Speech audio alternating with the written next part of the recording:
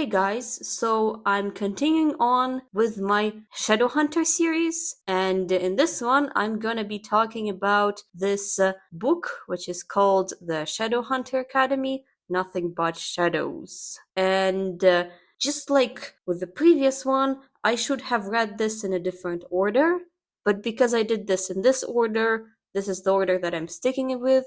It would have been better for me to read it here, but because I already read it in this order, this is why I'm talking about it right now.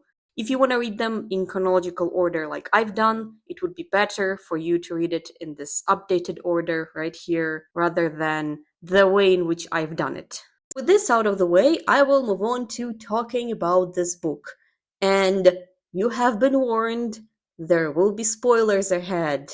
Like with the previous book, this one is split up into two different storylines. The first one takes place in 2008, and it follows Simon and George and that whole crew. And the second storyline takes place in 1899, and it follows Will's and Tessa's son, and Charlotte's son, and basically the next generation that comes after Will and Charlotte. Basically all of those characters that we came to know and love from the Infernal Devices series. I'm still not the biggest fan of the 2008 storyline. This one is better than the one in the previous book because this one does have a coherent plot and a central conflict to it. It's the struggle between the Shadowhunter students and the mundane students who aspire to become Shadowhunters. And the Shadowhunter students basically see them as superior to the human or the mundane students. And so they decide that they need to do a challenge in order to see who of them is better.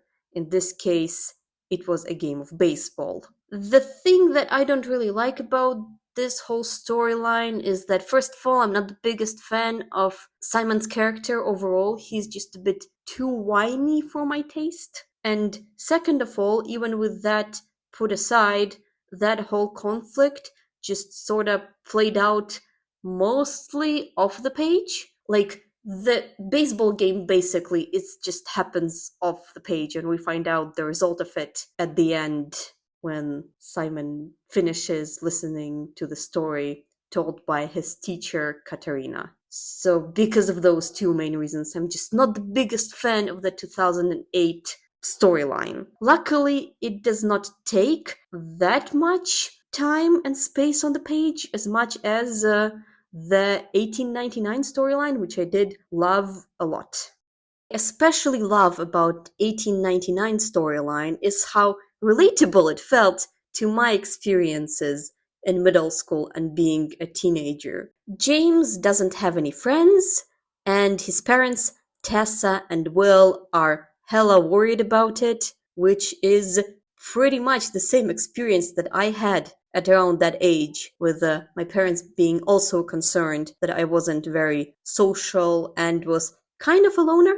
Then there's also Matthew, who is really talented and great at being a shadow hunter, but at the same time, he is extremely rebellious, and he's also charming, he's popular, he's the cool kid of the school, and I hate to admit it, but I also went through the rebellious phase in my life. I don't recommend it, I regret it, but it did happen, and Matthew's rebellious phase just felt so relatable to my own rebelliousness back when I was 13. Matthew's different jokes and things and his shenanigans that he did while being rebellious are also really funny, and in that very relatable sense as well. Then there's also a lot of bullying and middle school politics, where people try to be friends with other people in order to earn social points. You know, all of those things, which again reflect my own experience in middle school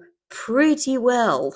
Apart from the relatability factor, the setting of 1899 in the Shadowhunter Academy is a lot better than the 2008 one. Like, look at this description. This is how a proper magical school should be described as, and also the school where rich kids go to. Then there's also Ragnar Fell, who is one of the teachers, and He's funny, but in a crude, politically incorrect type of way. Like, I'm not sure how well these jokes would land today.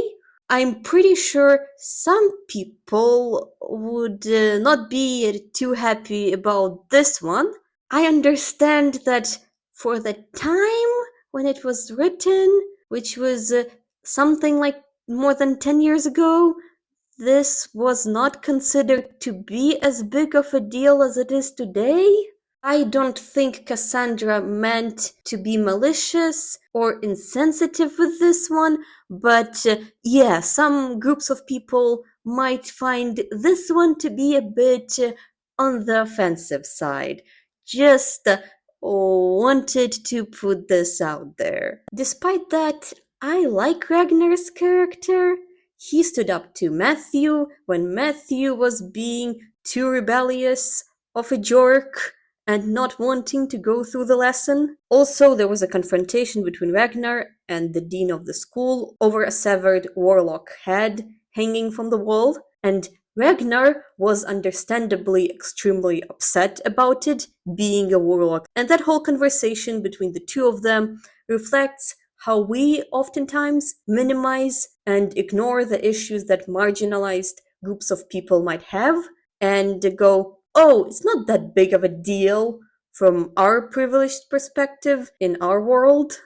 Overall, I liked this book a lot better than the previous one. I would give it an overall rating of 3.5 out of 5 stars, mostly because of the 2008 storyline, because I didn't like it that much. Luckily, the 2008 storyline didn't take too much of the space. If I was just placing my rating on the 1899 storyline, I would have given it a 5 out of 5 just because of how relatable that storyline is. But unfortunately, because that's not the only storyline that exists in the story, the rating is 3.5 out of 5 stars. So thanks guys for watching and happy reading!